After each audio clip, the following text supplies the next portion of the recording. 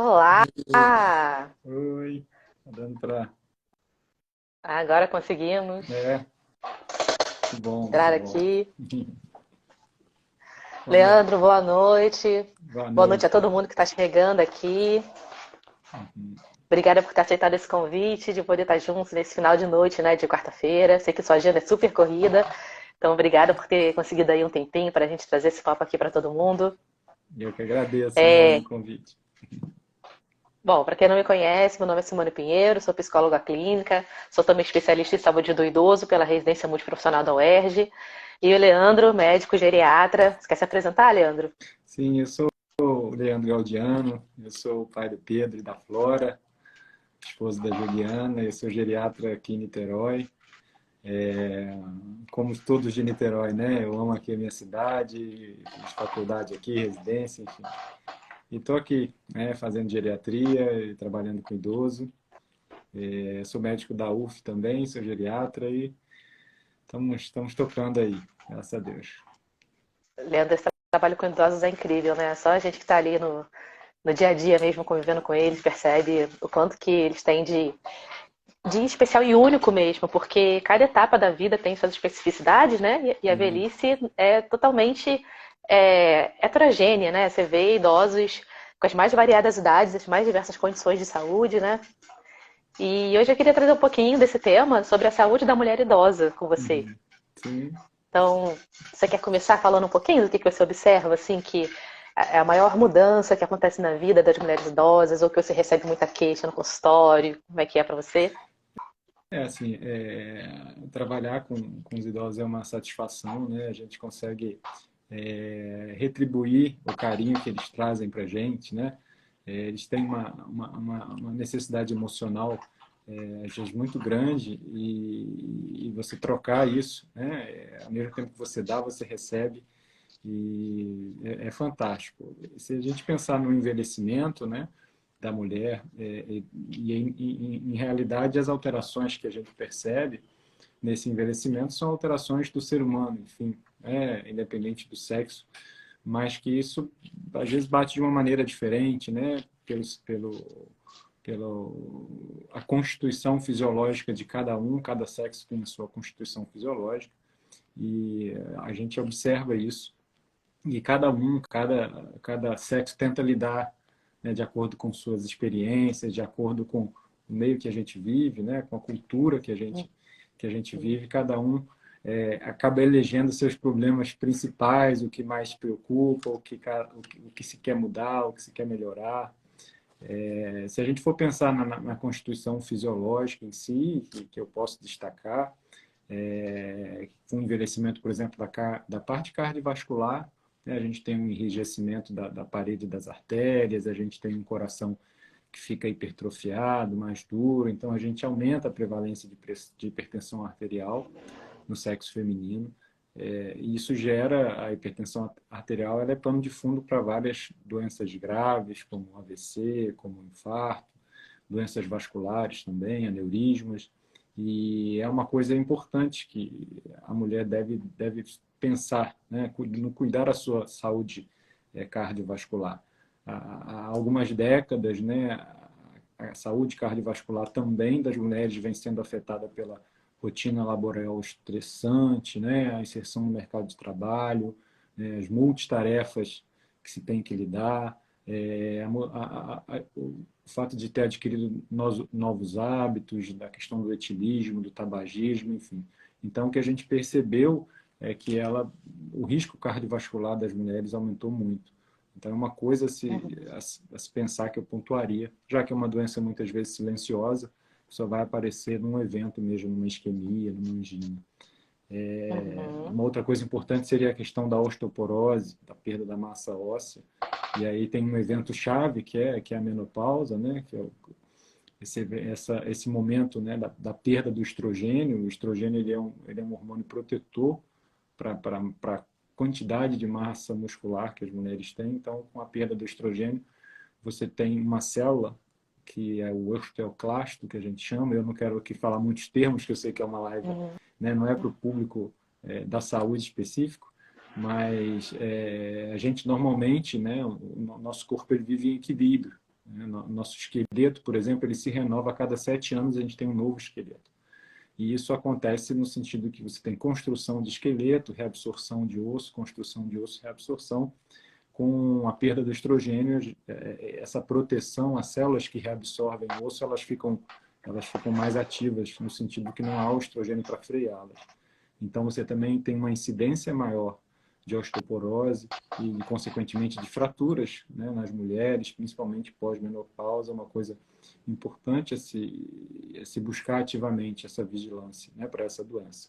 Além das outras questões ginecológicas, a vigilância, né, para o câncer de mama, muito importante, para o câncer de endométrio, né, a rotina ginecológica também da mulher, muito importante. E geralmente muitas, quando chegam aqui, já tem, né, um acompanhamento nesse sentido, um acompanhamento mais difundido.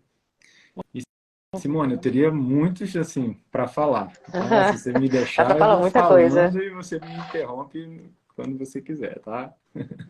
Eu ia aproveitar então esse ponto que você falou, né? De a parte ginecológica, a parte de saúde da mulher. Muitas vezes as mulheres já chegam com esse acompanhamento porque é algo que, em geral, nós já temos uma rotina ao longo da vida inteira. Né? E quando a mulher chega para o geriatra, qual é esse momento em que ela fala, não, agora eu preciso ir ver no geriatra, eu acho que vai ser mais interessante? Como é que isso acontece? Então, assim, o que eu percebo muito quando eu decidi fazer geriatria, né, muitas pessoas falavam, poxa, você foi uma excelente escolha, né, a população está envelhecendo e você vai ter muitos pacientes, essa ideia, né? E eu falava, olha, eu acho que a geriatria é uma excelente escolha, mas não só porque eu terei muitos pacientes, até porque o momento atual é um momento ainda que a conscientização da necessidade, né, de se pensar no envelhecimento ativo, ela está começando. As pessoas estão começando a entender agora a importância de se mudar o paradigma em relação à sua saúde, né? Eu não posso ficar parado tendo saúde, porque atualmente, né, na grande maioria das vezes, até por uma questão também, às vezes, de dificuldade de acesso, e aí a gente vai depender do nível de renda, do status social, mas muitas vezes também por dificuldade de acesso, eu fico num paradigma mais de eu tenho saúde, quando a doença chega, eu busco o atendimento, o acompanhamento, para que eu possa receber essa saúde de volta e esse ciclo ele se perpetua.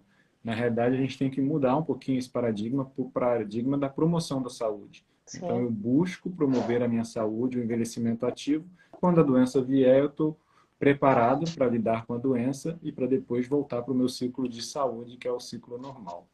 E o que eu percebo hoje na sua pergunta é que as mulheres muitas vezes marcam um sintoma específico que é a perda de vitalidade, a perda a percepção de que o corpo já não tem mais aquela vitalidade que tinha antes.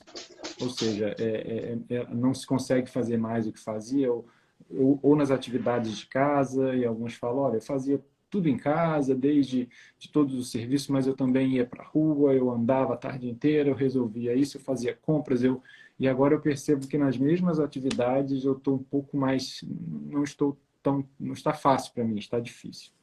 E essa perda de vitalidade geralmente ocorre por volta dos 70 anos. Hoje eu recebo mais pacientes acima de 70 anos, eu tenho alguns entre 60 e 70, muitos na realidade, mas a grande maioria acima de 70, 80, então muita gente ainda só procura, né, o geriatra, porque a família falou, você já tem 80 anos, você tem que procurar um geriatra. Então, já com algumas incapacidades, mas a mulher em geral procura por isso, né? Isso tem uma explicação, que é a perda de massa muscular com o envelhecimento, que é um fenômeno chamado sarcopenia, que é um evento que começa já, né? Para mim já começou, né? Depois dos 35, e ele vai se acentuando, e na sexta, sétima década de vida, isso bate forte, e eu recebo muitas mulheres querendo saber o que é isso, por que eu estou cansada, por que eu não estou conseguindo mais fazer as coisas. Será que é o meu coração? Será que é o meu pulmão? Será que... Mas, na realidade, talvez essa perda no time, talvez de ter iniciado um pouquinho antes, mas ainda dá tempo, tá? Chegando nesse momento, ainda dá tempo de fazer muitas coisas para o envelhecimento saudável. Interessante essa questão da vitalidade, né? Isso me traz um pouco o pensamento de que, muitas vezes, é difícil também reconhecer a velhice, né? Aceitar que você está envelhecendo, E enquanto não acontece algo como essa perda da vitalidade, algo que talvez traga mais prejuízos, talvez seja isso. Ah, tive alguma questão, vou no cardiologista, vou no Uhum. endocrinologista, e não chega nesse momento de pensar, não, já tenho mais de 60, por exemplo, eu vou no geriatra. Não, vou no geriatra só quando eu sinto os efeitos da velhice sobre mim, de certa Exato. forma. Você que cuida da mente, né? A psicologia que lida com essa significação do envelhecimento, e eu percebo aqui, né? É difícil, né? Envelhecer não é fácil. Essa aceitação, tanto pessoal, e muitos pacientes aqui, por incrível que pareça, de 80, de 90, claramente dizem, eu estou aqui, mas eu não estou velho, assim, no sentido de que eles não se sentem Uhum, dentro dessa caixinha que se coloca aqui por conta, né, da sociedade que a gente vive, utilitarista, enfim, que valoriza, né, o belo, valoriza o novo, eles acabam não querendo se encaixar nessa caixinha porque acham que isso não é o momento deles, né? Então, uhum, quando você por isso que a grande maioria dos meus pacientes ainda são poucos mais velhos, no sentido de chega uma hora que os anos, né, o acúmulo dos anos no sistema biológico, ele aparece, não tem uhum. jeito, né? A gente tem que lidar com isso. Sim. Quando seria o momento ideal de começar a ir no geriatra, de começar a buscar esse acompanhamento de saúde, assim, de promoção, né? Nesse olhar de que não vou no médico só porque estou doente, mas porque eu percebo que estou envelhecendo e preciso me cuidar. Simone, eu sabia que você ia me fazer essa pergunta, porque Ah, essa é. pergunta é uma dúvida muito comum dos pacientes. Eu escuto assim, qual é a idade que eu tenho que procurar um geriatra, né? Você atende só a partir de que idade? E eu falo para eles, olha, existem vários fatores assim que você pode considerar. Se você for pensar em idade, né, porque o ser humano ele não se resume a um aspecto só. Né? Se você for considerar a idade, o idoso, e isso vai depender também, às vezes, de países, né? Por exemplo, nos países mais envolvidos, né? Esse conceito de estar idoso, ele começa a partir de 65, né? Já em alguns Uhum, locais acima dos 60. Algumas leis dão privilégios, né? Relacionados à idade, preferências, digamos assim, a partir dos 60, outras a partir de 65.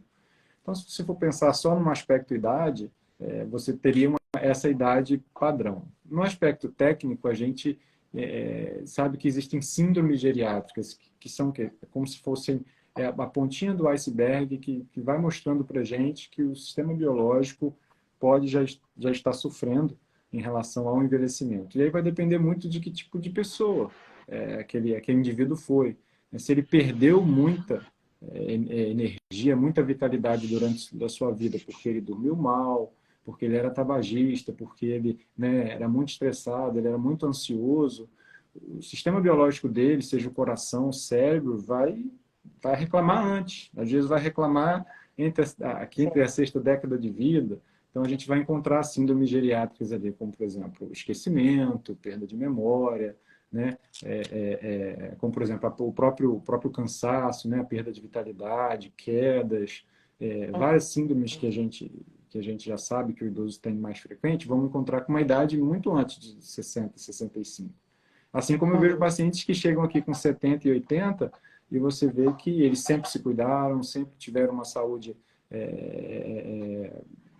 que o principal fator, digamos, o primeiro, digamos, fator para não se perder, para se ter saúde é não fazer coisas que faça com que a gente perca a saúde. Então, se eu uhum, deixo de perder saúde, por exemplo, como o tabagismo, como tudo isso que eu falei, você acaba acumulando essa saúde para uma idade um pouco mais tardia. Né? Óbvio que isso depende do componente genético também, de cada indivíduo. Então, não há uma pergunta, uma resposta certa para isso. Né? O geriatra ele é um clínico, ele faz o acompanhamento clínico do indivíduo. Muita gente pensa, eu tenho que ir para o geriatra a partir dos 40, porque eu tenho que já acumular saúde. Tudo bem, aos 40 a gente vai dar as mesmas orientações clínicas, né, que um clínico, por exemplo, também poderia dar, que um cardiologista poderia dar, uhum. mas a gente não tem fórmula mágica, né? para que faça você ter saúde até os 80 anos, por exemplo, 90 anos. Mais estilo de vida, né? E todos os Sim, outros aspectos, né? sim. E a gente falando sobre mulheres especificamente também, você percebe alguma coisa no sentido de te buscarem quando elas começam a perceber muitas mudanças no corpo devido ao envelhecimento?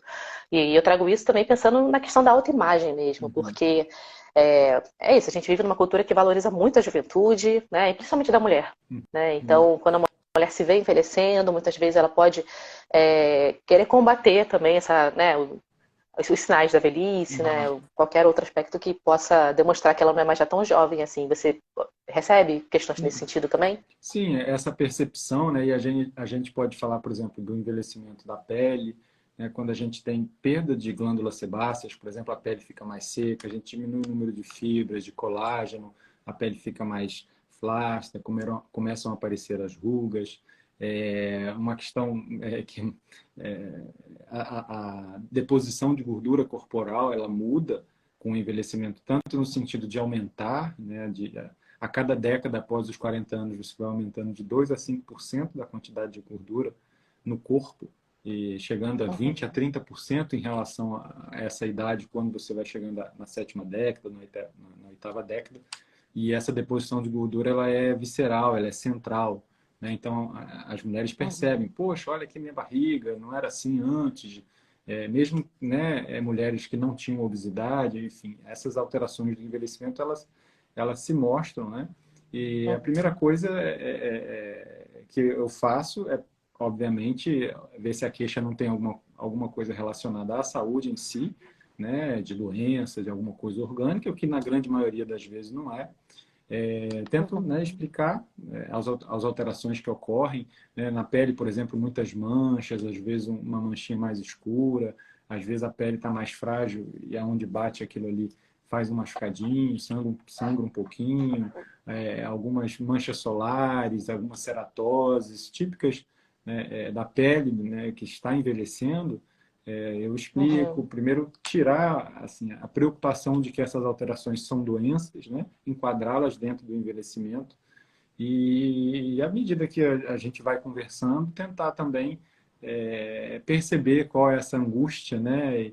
E em qual nível de inserção essa mulher está nessa cultura que valoriza o externo e tentar mudar um pouquinho o olhar dela, né?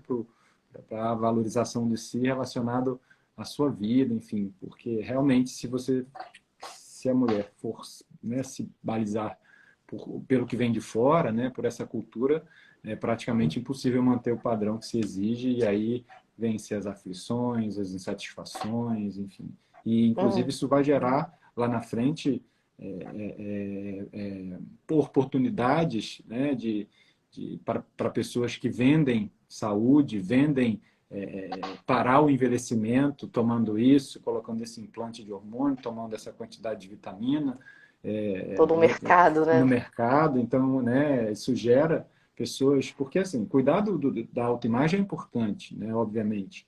Isso traz uma satisfação, mas tento entender qual é o motivo dessa preocupação com a autoimagem. Porque se for um motivo apenas estético, e pode gerar um dano à saúde quando você Uhum. acaba optando por procedimentos, enfim, práticas que não têm comprovação, não vão trazer a saúde de volta.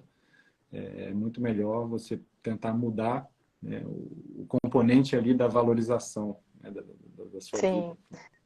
Nossa, achei muito interessante tudo isso que você falou. Primeiro pelo ponto, né, que você trouxe de que envelhecimento não é doença, né? Que é aquele conceito, né, de senescência, Sim. senilidade, né? Porque a gente vê que o envelhecimento normal, ele traz um declínio do corpo, né? Ele traz um declínio cognitivo em muitos aspectos, né? Dependendo da situação.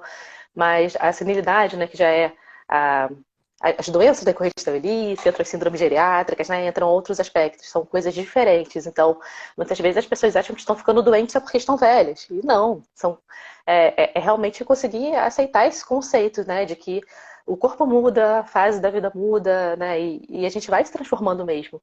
E essa questão da autoimagem, né, para a mulher é muito importante porque é algo que quando se é jovem, já não se consegue muitas vezes atingir o padrão, né? Quando se atinge é a muito custo, porque a gente sabe que o padrão de beleza não é feito para ser atingido, ele é feito para justamente as mulheres ficarem satisfeitas com o próprio corpo, né? E cada vez mais se submeterem a coisas ou comprarem coisas. E na velhice, né, isso que você trouxe é muito interessante, né, de você ter essa percepção, né, sensível, né, de qual é o motivo que ela está se preocupando tanto com o corpo, né, se é algo só estético ou se é algo de saúde. Porque senão essa pessoa pode acabar gastando rios de dinheiro com procedimentos que não vão ajudar em nada ou que vão até prejudicar a saúde dela, né, comprar 50 milhões de vitaminas e de coisas que não vão servir para nada. E, na verdade, talvez o básico bem feito, né, uma alimentação, né, um exercício físico, alguma coisa, daria mais resultado. Né? Sim. Eu brinco aqui que eu costumo falar que a saúde ela custa caro, assim, principalmente nessa fase a partir da quinta, quarta década, né? E o normal, ou o que a gente está acostumado às vezes é isso, é esquecer um pouco da saúde e a gente vai levando e quando a gente precisa dela ou a gente a perde num momento de doença, a gente tenta ali de qualquer forma resolver. Mas assim, o envelhecimento ativo, saudável, ele tem que estar focado no autocuidado. Então, essa tem que ser uma busca ativa, com metas, uma busca consciente, né, do homem e da mulher, porque o momento em que se fica sentado esperando a saúde chegar, ele já passou, assim, biologicamente ele já passou. Então, é custoso envelhecer, porque você tem que ir a profissionais de saúde, você tem que, às vezes, tomar medicações, você tem que gastar com isso, né? Você tem que também, às vezes, colocar hábitos que você geralmente não tem. Assim, a taxa de adesão ao exercício físico, por exemplo, que é uma coisa fundamental, a atividade física isométrica, né? Atividade de quem está em envelhecimento é pegar peso, é fazer pilates, é fazer musculação, é em torno de 5 a 10%, ou seja, de cada 100 idosos que eu tenho aqui e que eu falo, olha, explico a importância do exercício físico isométrico, a adesão é de 5 a 10 só. Né? Porque ainda colocar um hábito novo dentro, né, em alguém que ainda nunca teve, é difícil, mas eu repito, sou chato, toda consulta eu falo isso. Mas também não brigo não, porque eu sei assim, que a gente não muda, né, a consciência de ninguém, mas não, nem por isso eu deixo de falar, explicar e relembrar da importância para que você consiga, né, manter essa sua saúde. E, bom, é isso. Mas é muito importante isso, né, de você fazer esse papel de falar para as pessoas, porque muitas vezes algum familiar até fala, algum amigo fala, um vizinho, e a pessoa não ouve, né, mas quando o médico fala, isso tem um impacto diferente nela, né. E eu aqui, enquanto psicóloga, acredito também que em qualquer fase da vida a pessoa pode mudar, né. Muitas vezes, na velhice, isso acaba sendo mais difícil, até porque a pessoa, às vezes, não tem toda a motivação de vida que ela tinha, né, quando talvez mais jovem, porque muitas vezes é uma fase de muitas perdas, é uma fase né, que a pessoa acaba mudando muito o sentido de vida que ela vivia até então, né? Se aposenta, e já não tem mais identidade de trabalho, às vezes a relação familiar já é outra. Então, também, muitas vezes, acaba tendo essa dificuldade de mudar pela própria dificuldade de ver um sentido para isso, né? De se cuidar melhor. Então, cabe trabalhar, né, psicologicamente, emocionalmente, tudo que envolve isso, quando as pessoas têm uma dificuldade muito grande de conseguir também realizar mudanças, né? Essas mudanças mais profundas, né, que vão para além do estilo de vida, assim, de criar um hábito, né? Só de uma rotina, de uma disciplina, vamos dizer, né? A promoção de saúde tem que ser uma meta da sociedade como um todo, porque assim, os países desenvolvidos já estão vivendo isso, já vivem essa questão do impacto na vida, na sociedade, do envelhecimento. Né? A gente sabe que daqui a 10, 20, 30 anos, né? Em 2050, por exemplo, a gente vai ter cerca de 25 milhões de idosos. A gente sabe que isso vai ter um impacto e a gente não vai ter sistema de saúde, não vai ter capacidade de manter esse paradigma de hoje, que é correr atrás da doença, que é internar, que é dar remédio para todas essas pessoas. A gente tem que ter um foco mesmo de políticas de saúde, né? As pessoas que hoje trabalham com saúde têm que ser, durante a faculdade, entender a importância de promover o cuidado, de estimular a promoção de saúde em si, mas também nos seus pacientes. O familiar tem que entender a importância de estimular a saúde, né? De promover a saúde do idoso que está em casa. as escolas, né, assim, o sistema de saúde em si tem que tem que criar, por exemplo, centros-dia, centros de atividade, locais que ocorra a participação social dos idosos, que a gente sabe que são fatores associados à longevidade. Fatores associados à longevidade não é só ausência de doença, enfim, não, é lazer. Quem é mais longevo, né, você vai pesquisar, aquela pessoa ela se mantém independente financeiramente, ela participa de grupos sociais, ela mantém o seu lazer, além das questões de atividade física e tudo. Então, o sistema de saúde tem que promover isso, porque Uhum. quanto mais tempo alguém se mantiver saudável, menos custo, enfim, menos dificuldades terá para a sociedade como um todo, né? Sim. Sim. Você trouxe dois pontos muito interessantes, né? Aliás, tudo que você falou é muito interessante, mas eu vou só sublinhando alguns pedaços, né? Essa parte que você falou, né, de políticas públicas e da educação também, eu acho que isso é fundamental, porque a saúde, ela é importante que tenha uma visão coletiva sobre ela, né? Senão também muitas vezes é muito individualizado, né? Ah, aquele idoso doente é porque ele não se cuidou. Uhum. Ele tinha que ter se cuidado mais. Sim. Né? Mas qual foi a condição de vida que essa pessoa teve? Quais os recursos que ela teve para ser saudável ao longo da vida? Às vezes uma pessoa que trabalhava aí 12 horas por dia, passava umas 4 horas no trânsito, né? Alguém que às vezes não teve muita instrução, muita oportunidade também de se desenvolver, ou que teve, mas que tinha outras condições de vida, né, de estresse, enfim, questões de vida que podem atravessar qualquer classe social também, né? Então, assim, se não tiver um trabalho no coletivo, né, pensando já desde a pessoa ser jovem até envelhecimento, né, acaba tendo essa visão muito individual, de que a pessoa tem que fazer tudo sozinha para se cuidar, e ok, cada um tem que fazer a sua parte, mas tem essa visão maior também das políticas públicas, né, e também da política pública para ajudar os familiares, né, de às Uhum. vezes idosos que têm alguma questão, né, que tudo isso ainda é muito fraco, né, muito carente hoje em dia. Sim. E o outro ponto que eu ia falar é que você mencionou também das áreas da vida, né? Que os idosos mais longevos, né? Eles muitas vezes, né, têm o lazer deles, né? Tem a questão financeira mais resolvida, eles fazem outras coisas.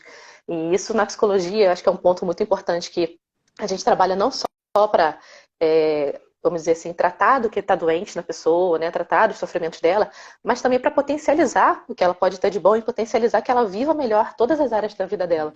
Todas as áreas que forem importantes, né, seja lazer, né, as relações sociais, a espiritualidade, enfim, o que foi importante para cada um. Mas Uhum. porque isso vai ser importante em toda a felicidade dela como ser humano, mas na velhice, mais ainda, se vira fatores de proteção contra doenças, né? Sim. Eu sempre falo, não é segredo para ninguém, eu sempre gosto de falar isso, que eu faço terapia, eu tenho uma psicóloga, e assim, é um divisor de águas antes e depois. Eu acho que todo ser humano tinha que ter alguém com esse olhar que o ajudasse, né, ao desenvolvimento psicológico mesmo, que a gente se desenvolve, às vezes, em idade biológica, né, em idade cronológica, as cobranças vêm, as expectativas vêm e às vezes psicologicamente a gente às vezes ainda está emperrado em uma questão ou outra, e ter esse olhar de fora ajuda você a evoluir. E a autonegligência, que é o oposto desse autocuidado, que é tão importante, ele tem diversos aspectos. Muitas vezes são aspectos realmente psicológicos, de desenvolvimento do indivíduo naquele meio onde ele esteve. Às vezes ele aprendeu ou ensinaram para ele que cuidar de todo mundo e não cuidar de si é o que é amor. Não, que legal, você sempre cuidou do papai, sempre cuidou da mamãe, você está sempre, né, se doando, e tem esse aspecto em que o indivíduo tem que entender. Então, essa na autonegligência tem esse componente que a psicologia vai, né, atuar e vai mudar essa perspectiva, né? Vai tirar o indivíduo de um campo, né, e colocar ele na mesma vida, né, da mesma forma que ele é, você vai tirar aquele indivíduo de uma perspectiva e mudar esse olhar. Isso não existe nem outra forma. E quem cuida da saúde mental, quem faz isso, é a psicologia. Então, assim, eu sou fã. Sempre que eu vejo aqui, eu vejo às vezes aspectos profundos de sofrimento daquele idoso que viveu anos, 70, 80 anos, e que é o mais importante. É mais importante que a pressão, é mais importante que eu fazer uma densitometria, que é mais importante que eu colher um exame. E eu tento mostrar para ele que talvez, né, exista essa alternativa e que talvez, e pontuar mesmo, ó, o que eu acho mais importante hoje é você curar a sua relação com seu filho. O que eu acho mais importante hoje para a sua saúde é você curar essa questão que eu vejo que, né, não tá legal. E colocar a saúde mental também dentro do grande corpo, né, da saúde. A pandemia da Covid-19 mostrou isso para a gente de uma forma bem intensa. Mas Uhum. não há também um envelhecimento ativo sem você também se envelhecer e psicologicamente você crescer e lidar com suas questões, né? Sim, sim. Essas mudanças nas relações familiares são um desafio para você? Né? Eu pergunto isso porque muitas vezes as mulheres elas são as cuidadoras da família, né? A gente sabe que tanto no sentido de ser o familiar que cuida dos idosos, quanto também dentro da própria família, né? Muitas vezes a mulher é que culturalmente sempre assumiu a maior papel de cuidado, de responsabilidades com a casa, de cuidados, né, dos filhos, dos netos, dos pais, enfim. Né? Sim. Então, como é que você observa isso no consultório, né? E principalmente quando aquela mulher que cuidava é a que se vê adoecida. É assim, hoje eu estava lendo recentemente que um estudo de São Paulo que diz que 37% dos cuidadores de idosos hoje, lá né, nessa região onde eles pesquisaram, no estado de São Paulo, também são idosos. Então, Uhum. além daquele indivíduo ter que lidar com o seu próprio envelhecimento, ele lida também com as questões do envelhecimento, seja do marido, seja às vezes do pai, né, que ainda estão presentes, às vezes tem uma doença, né, degenerativa, um Alzheimer, tiveram um câncer, ou já estão tão idosos que já não conseguem levantar da cama, enfim, precisam de cuidados físicos mesmo, cuidados que demandam força, que demandam Uhum. aquilo que um idoso frágil, por si só, já não poderia dar. E isso leva a uma doença que a gente chama, né, o estresse do cuidador, que é quando ele fica, né, ele tem, além das questões físicas, dores, lombares, enfim, ele tem também, ele adoece mentalmente, ele fica deprimido, ele fica ansioso. Então, a grande maioria, eu percebo assim, às vezes digamos, dois grupos, né? Muitas vezes, até pelo padrão das pessoas que frequentam, muitas vezes a família já percebe que há essa mudança, né? Às vezes é difícil para o filho entender que aquela mãe que sempre cuidou, agora é aquela que precisa de cuidado. Eu percebo que muitas vezes não é a má vontade do filho, nem da família, mas é uma dificuldade em entender que ela agora precisa de ser cuidada, porque isso gera, como se mudar o passo, né? Que se ela precisa de cuidado, daqui a pouco ela não vai estar aqui. Então, assim, é você aceitar o envelhecimento do seu familiar é difícil, porque a possibilidade pós-envelhecimento é a perda. Ou aceitar também que o seu pai, a sua mãe está envelhecendo, às vezes ruim, afeta o seu próprio envelhecer. Porque se seu pai e sua mãe estão em Uhum. envelhecimento, você também está. Então, tem diversas nuances de cada família que você tem que ficar atento, né? Mas eu costumo falar assim, quando eles conseguem chegar aqui, independente da visão de cada um, eu tento mostrar que por trás a intenção é positiva, né? O filho traz o pai, traz a mãe, porque ele quer que coisas boas, né, saiam dali, e o idoso também, quando ele vem, é porque de uma certa forma ele percebe que ele está precisando de alguma coisa, né? Porque quando ele não percebe que está precisando, eles não vêm. Mas eles Uhum. percebem que precisam de algum cuidado e eu tento mostrar que é a hora também de cada um ceder um pouquinho, né? Porque existe um conflito muito grande entre segurança e autonomia. O idoso ele quer se manter autônomo e a maior parte do tempo. E a família às vezes quer que ele fique seguro. Então às vezes tem um choque muito grande. E tem que mostrar para cada um o equilíbrio, porque senão o idoso às vezes perde o propósito. Se você não, deixa que eu faço, deixa que eu faça alguém, vou mandar alguém fazer compra, que eu vou mandar alguém limpar a casa, que eu vou mandar alguém cuidar dirigir para você, que eu vou mandar. Aí o idoso para e fala assim: o que eu estou fazendo aqui? Não tem mais propósito de vida. Uhum. Então, cada família vai ter sua dinâmica de reconhecimento, de que o idoso precisa, e eu tento colocar assim, a família, cada um no seu respectivo lugar. Né? Às vezes tem filho que quer começar a mandar nos pais, porque... Eu falo, calma aí, você é só filho, você, né, coloque-se no seu lugar, e você, mãe, também, coloque-se você é a mãe. Então, você tem que ajustar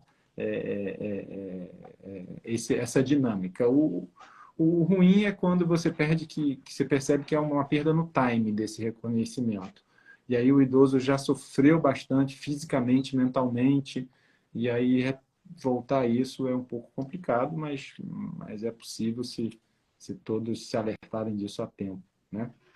Sim, sim. Acho que tem muitos desafios, né, para o cuidador, né? Tanto o primeiro aspecto de como cuidar, né, dos pais. Às vezes é isso, é o filho que sempre foi cuidado a vida inteira e, na verdade, nem sabe como cuidar do pai, da mãe, como dar um banho no idoso, né? Não sabe aspectos básicos e às vezes o que funciona num dia não vai funcionar no outro, porque o idoso também vai mudando, né, de acordo com a saúde dele ou com o progresso de alguma demência, né? E então um dia ele fazia aquilo de um jeito, funcionava com o pai, com a mãe, chegava no outro dia já não funcionava, né?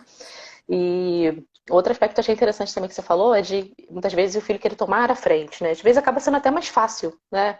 Ah, porque se eu deixar ele comer sozinho, ele vai derrubar a comida inteira, né? Aqui vai sujar tudo, né? Mas às vezes para o idoso é importante você deixar ele conseguir fazer o que ele ainda consegue fazer sozinho, né? Ter esse esforço por si mesmo, né? Deixar ele fazer as atividades que ele pode fazer por conta própria, mesmo que demore mais tempo, mesmo que seja faça mais bagunça, né? Vamos dizer assim, mas para ele pode ter um sentido ainda saber que ele pode dar conta de si mesmo. Senão é isso que você falou, ele perde o sentido, vai ver para quê? Ele tá ali se sentindo que nem uma planta que todo mundo vai e faz tudo por ele, né? Verdade. E ainda mais quando é aquela pessoa que foi sempre ativa a vida inteira, que fazia de tudo, né? E de repente se vê ali sendo cuidado por outros, né? Não é difícil também para o idoso aceitar ajuda muitas vezes e se ver nessa mudança de papel. E dependendo também de como que era a relação familiar antes do adoecimento, né? A gente falando mesmo de uma mulher, né? Ou de um idoso que esteja sendo cuidado por outra pessoa da família, essa relação familiar anterior também é algo muito importante, né? Porque não necessariamente eles tinham uma relação próxima de afeto, de carinho, né? Às Sim. vezes tiveram muitos conflitos, muita diferença ao longo da vida e precisa se ver ali naquela posição de cuidar, né? De Uhum. uma mãe doente, né? Enfim. Então, realmente, acho que para o cuidador é um grande desafio, mas ainda precisa desse suporte, né? De multiprofissional, né? Da medicina, da psicologia, de todas as áreas, né? Sim. Verdade. E, bom, para a gente chegar no nosso último ponto, Uhum. quais são as dicas de saúde que você tem para as mulheres que estão aqui assistindo, que vão assistir depois também, Sim. né? Para que elas pensem sobre envelhecimento saudável, ativo, ou se já são idosas, o que elas podem fazer hoje por elas mesmas? Sim. Eu penso que existem as coisas médicas mesmo, né? As coisas do corpo físico, como eu falei, as perdas que o envelhecimento traz. Então, assim, a gente tem que pesquisar se tem osteoporose, a gente precisa fazer as vacinas adequadas para cada idade, porque essas vacinas evitam pneumonia grave, evitam hospitalizações. A gente sabe que a hospitalização é sempre muito danosa, né, para o idoso. A gente tem que fazer, por exemplo, os rastreios que a gente sabe que são efetivos, né? Rastrear e vigiar, por exemplo, o câncer de mama, o câncer de colo retal a partir de 50 anos, né? Tanto para homem quanto para mulheres. Fazer a colonoscopia. Obviamente que você tem que avaliar qual é o momento, se tem alguma coisa mais importante para fazer. Se você tem uma suspeita de doença cardiovascular, você não vai fazer esse procedimento naquele momento, mas você tem que adentrar-se, né, nas prevenções e naquilo que a gente tem de evidência mesmo para evitar com que você perca a sua saúde, que é o primeiro ponto. Se você consegue ali Uhum, ao redor, por exemplo, eu tenho um paciente que até é um homem que aos 62 anos, nesse procedimento de rotina, ele descobriu um câncer de colo de reto inicial, né, ele operou, ele está muito bem. Então, se ele não faz esse rastreio, ele vai lidar com uma doença que é silenciosa mais lá na frente, mais avançada, com mais idade. Então, essa questão da física, né, e de você cumprir e estar num profissional que saiba cumprir, né, essas etapas, importante, vai agregar saúde. A cuidar da saúde mental, hoje cada vez uhum. mais eu tenho esse olhar, né, para os idosos, porque eu sei que o ser humano ele é muito complexo e a saúde mental ela é fundamental. Então, né, aquela pergunta que nem todos nem todos fazem, né, relacionada a como você está, né? Como você está se sentindo? Ah, não estou com dor, não estou perguntando se você está com dor, estou perguntando como que você está, como é que vai a sua vida. Ah, e aí você às vezes percebe que tem ali ali uma depressão por trás, uma ansiedade, e vai, né, tentando ali desenvolver o que tá por trás disso. Às vezes o tratamento não é medicamentoso, às vezes é uma psicoterapia, às vezes é uma mudança de olhar numa situação de vida que você está muito agarrado negativamente. Quando você olha diferente, você vê que não é tão assim. Mas a dica principal é tentar desenvolver o autocuidado, né? O autocuidado que vem a partir do auto-amor que cada um tem que ter por si. Esse autocuidado com metas mesmo de acompanhamentos regulares, de inserção, né, na vida, de hábitos saudáveis, é o que vai fazer com que você acumule saúde até idades mais avançadas e fique independente, porque a grande preocupação da maioria dos idosos, que talvez a gente hoje não perceba, eu percebo porque eu trabalho com eles, mas é você ficar independente, independente fisicamente, né? Não independente financeiramente. Então, você pode, a partir de agora, traçar metas financeiras, né? Metas em relação à saúde, metas inclusive em relação aos seus relacionamentos com as pessoas, que tipo de grupo você quer se inserir. Às vezes você tem que, né, se agregar, né, se abrir para novos círculos sociais. Enfim, o autocuidado ele abre um leque de ações que o indivíduo vai fazer e que vão assim, na realidade, muda tudo, né? Muda tudo lá na frente. E eu vejo os pacientes com 80, 90, meu paciente mais idoso hoje ele tem 102 anos, Uau! e ele não tem nenhuma alteração cognitiva, ele tem, né, o acumular dos anos no seu sistema, principalmente osteomuscular, mas ele ainda fica em pé, ele usa a muletinha dele, ele está independente em casa e mentalmente é ele que decide. Então, assim, quando tem que decidir alguma coisa, tem que falar com ele liga para o meu WhatsApp, ele me manda mensagem, ele manda áudio, né? Ele ainda, e a família, eu já falei para a família, a gente não tem que tirar isso, né? Deixa ele se posicionar, deixa ele colocar as vontades que ele possui.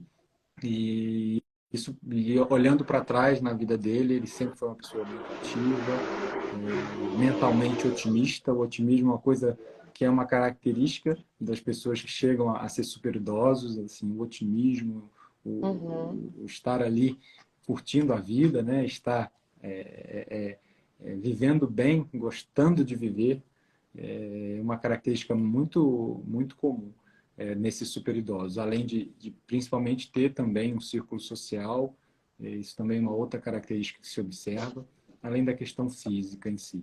Então, a dica e o que eu vou tentar fazer para mim é isso, vai começar um autocuidado desde o quanto antes, né? Uhum. Pessoal aqui surpreso no chat com os 102 anos. É, E é isso, né? Eu acho que esse autocuidado acaba sendo a chave para realmente acumular saúde, vamos dizer assim, né? Porque quando o envelhecimento não é doença, mas quanto mais a gente vai envelhecendo, mais vai tendo esse declínio, né? Então, muitas vezes a gente faz projetos de vida de pensar em, por exemplo, casar, ter filhos e tudo mais, e depois para, né? O próximo projeto é aposentar e acabou. é, Né? Mas não planeja, né? Como é que eu vou viver o resto da minha vida, né? O resto da minha vida também é pesado, mas como é que eu vou viver, né? Até o fim da minha vida, né? Para ter saúde, para ter independência financeira, para conseguir ter autonomia, né? Nem sempre podemos controlar todos os fatores, né? Claro que mesmo a pessoa que mais se cuide no mundo pode vir a ter alguma questão, né? Que seja incontrolável, mas quanto mais, né? A gente tiver esse autocuidado que você está falando e tudo isso que você trouxe para a gente hoje, mais são as chances de chegarmos lá na frente da melhor forma, né? E fazer o bem para as pessoas também é um fator importante, assim, porque você gera uma rede invisível, né, de Uhum. intenções e coisas boas que a gente não percebe, né? Isso também protege a gente durante a nossa vida. Tá? Não existe forma mágica para o envelhecimento ativo e saudável. Aqui toma uma pílula, fujam, né? Vamos fugir de quem promete Uhum. um envelhecimento ativo, um envelhecimento saudável muito fácil, que se dê para comprar assim. Não existe, mas com autocuidado, com promoção de saúde, Uhum.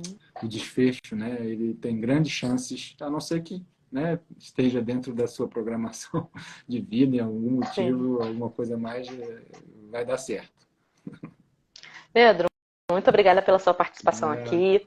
Eu queria deixar como última mensagem, mulheres, vocês que estão idosas, vocês continuam sendo mulheres, não esqueçam disso, não esqueçam de vocês, de todo o seu potencial, enquanto ser humano, enquanto mulheres e tudo o que vocês têm de identidade. Vocês não são apenas uma pessoa velha, vocês são uma pessoa velha, mas com muitas outras características e personalidade, muita coisa interessante dentro de vocês. Você quer deixar uma última mensagem, Leandro? eu quero agradecer a participação, coloco disponível aí para você sempre que você quiser. E uma boa noite a todos e a todas as mulheres, né? As pessoas mais importantes da minha vida hoje são mulheres. E Aham. assim como a de muita gente, né? Nossas mães, nossas esposas, nossas filhas. E foi um prazer estar aqui, tá, Simone? Parabéns Ah, pelo muito seu trabalho. obrigada. Muito obrigada, Leandro. Vou deixar o contato seu aqui embaixo na descrição também, para o pessoal que quiser marcar uma consulta com você aí em Niterói, online, já saber como é que entra em contato também. Tá bom, querida. Um Tá beijo, certo? tá? Um beijo a Beijo. todos. Obrigada para todo mundo. Tchau. Tchau, tchau. Boa Boa noite. noite.